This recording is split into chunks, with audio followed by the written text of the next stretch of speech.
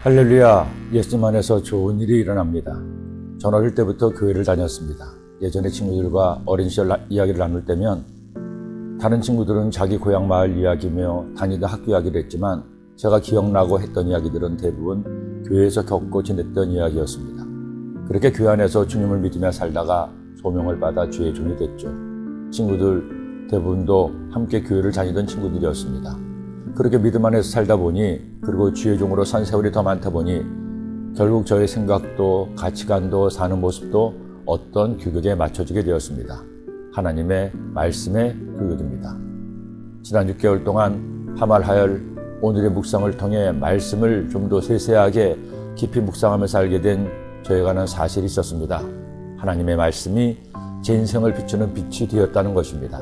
잘하는지는 못하지만, 완전하지도 못하지만 적어도 제가 살고자 하는 방법이, 제가 살려고 하는 목적이 말씀대로, 하나님의 말씀대로였습니다. 성경은 창세기부터 계시록까지 인생의 목적을 가르칩니다. 삶의 방식을 알려줍니다.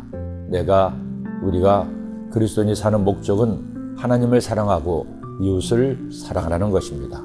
삶의 방법 역시 마찬가지죠. 하나님을 사랑하기 위해 살 때 하나님을 사랑하는 방법을 배워 하나님을 사랑하며 살라는 것입니다.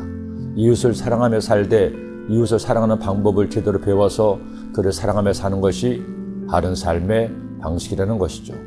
오늘 레위기 19장의 말씀을 통해 하나님께서는 이스라엘 백성에게, 그리고 2022년 1월 16일 이 말씀을 묵상하는 여러분에게 삶의 목적과 방법을 알려주십니다. 너희가 너희의 땅에서 곡식을 거둘 때에 너는 반 모퉁이까지 다 거두지 말고 내 떨어진 이삭도 줍지 말며 내 포도원의 열매를 다 따지 말며 내 포도원에 떨어진 열매도 줍지 말고 가난한 사람과 거류민을 위하여 버려두라. 나는 너희의 하나님 야훼니라. 그리스도인은 절대 자신만을 위해 살아서는 안 됩니다. 하나님의 자녀는 반드시 내 주변에 강도 만난 이웃을 찾아 그를 이유 없이 사랑하며 그를 돕는 사람이 되어야 합니다. 그리고 악하게 살지 말고 정직하게 의롭게 살아야 합니다. 너희는 재판할 때에 불의를 행하지 말며 가난한 자의 편을 들지 말며 세력 있는 자라고 두둔하지 말고 공의로 사람을 판단할지며 너는 내 백성 중에 돌아다니며 사람을 비방하지 말며 내 이웃의 피를 흘려 이익을 도모하지 말라. 나는 야훼니라. 더 나아가 심지어 이렇게까지 살라고 명령하셨습니다. 원수를 갚지 말며 공포를 원망하지 말며 내 이웃 사랑하기를 내 자신과 같이 사랑하라. 나는 야훼니라. 누가 야훼 하나님을 복수하신 하나님, 징계하신 하나님, 전쟁의 하나님이라고 합니까? 하나님의 공의는 사랑 안에서의 공의입니다. 거듭 말씀드리지만 엄격하고 두렵다고 하는 율법마저도 이런 하나님의 사랑에 진하게 녹아 있다는 것입니다. 예수 그리스도는 율법을 폐하러 오신 분이 아닙니다.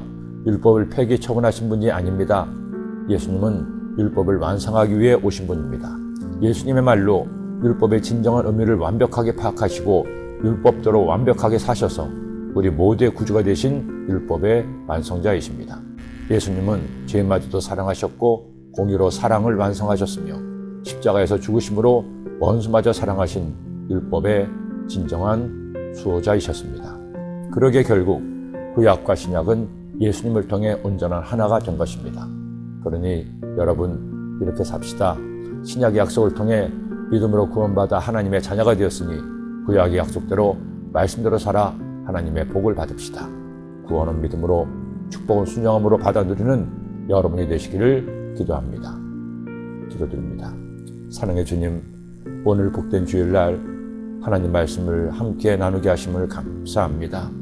우리 주님께서 말씀을 통해 명하신 공의와 사랑이 우리의 삶의 방식되게 하사 사랑하며 살게 하시고 의롭게 바르게 사는 우리 모든 성도들 되게 하시고 오늘 주께 나와 주님을 예배하며 그런 나를 새롭게 하는 시간 이루게 하여 주옵소서. 예수님의 이름으로 기도드립니다.